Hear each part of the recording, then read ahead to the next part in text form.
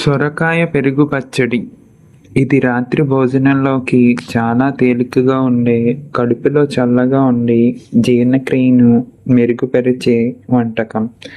కావలసిన పదార్థాలు: 1 కప్పు లేత సొరకాయ తురుము, 1 కప్పు తాజా పెరుగు, 1 సన్నగా తరిగిన పచ్చిమిర్చి, కొద్దిగా కొత్తిమీర, అర టీ స్పూన్ వేయించిన జీలకర్ర పొడి, రుచికి సరిపడా ఉప్పు.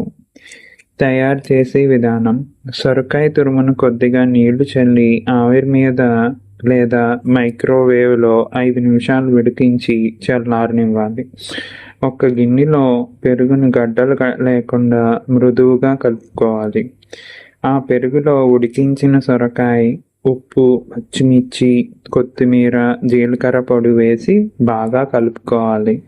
కావాలంటే పైన కొద్దిగా ఆవాలు, జీలకర్రతో చిన్న తాలింపు వేసుకోవచ్చు.